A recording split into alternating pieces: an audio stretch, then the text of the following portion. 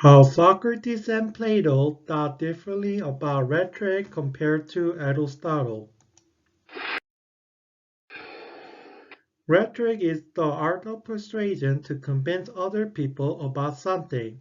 So one might think that Socrates, who influenced other future philosophers like Plato and Aristotle as the founder of Western moral philosophy, will appreciate the art of persuasion that rhetoric provided as someone who philosophized as a philosopher. That, however, isn't the case, as Socrates is well known for his critique of sophists who would use rhetoric for nefarious purposes. This is because Socrates believed that sophists are unlike what true philosophers should be, as the former sought to earn money through deceptive rhetoric, while the latter sought life wisdom through the truth. So in contrast to sophist rhetoric, which only had the appearance of truth instead of truth itself in exchange for payment, Socrates came up with a method called Socratic dialogue to eventually find the answer through constant questioning. This is done so that audience themselves would discover the truth, not through sophists who would gladly make use of rhetoric to argue on behalf of anybody or any cause, as long as he was compensated instead of on behalf of the truth. In fact, Socrates described rhetoric as a type of flattery rather than as an art form, because it does not convince others of objective truth, but instead convince others through deceiving method. So in essence, both the Socrates and Plato thought rhetoric is an obstacle that prevents people from noble pursuit of moral philosophy. So when considering that Aristotle was taught by Plato and in extension Socrates, one would be forgiven for thinking that Aristotle's rhetoric is basically a repeat of Socrates' critique of sophists. That, however, isn't entirely the case. While Aristotle's rhetoric does indeed share some of Socrates' negative sentiments regarding sophist rhetoric, it regards rhetoric as a necessary evil.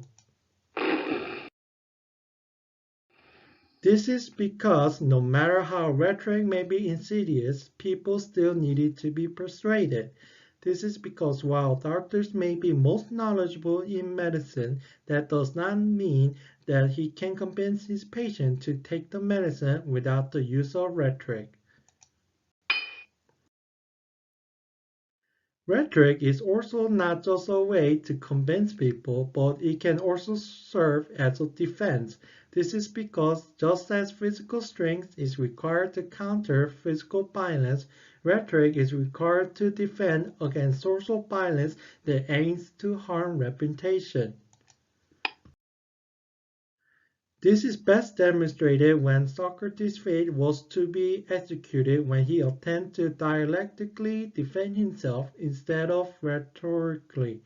He has done this because he would be hypocritical to make some rhetoric that relies on emotional argument when he viewed himself as someone who makes logical argument.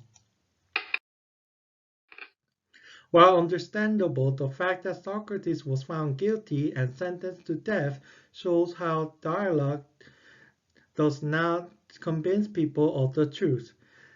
Despite this, however, Aristotle believes human beings tend to lean towards the truth and usually arrive at the truth on their own. It is just that to ensure that people really do discover the truth, just some push in formal rhetoric is needed. That is why in order to have a good persuasive argument, one must have good character that others must know and trust, be aware of others' people condition in order to explore their conditions, and have a good argument that is sound philosophically and scientifically. Fulfilling those three conditions mean that a good rhetorical argument can be made and won.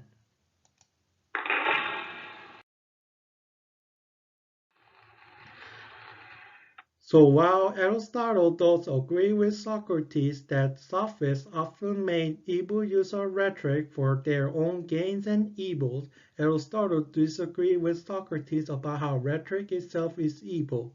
This is because rhetoric itself is just a tool that can be used to convince people. It is not the ultimate evil that Socrates portrayed rhetoric to be.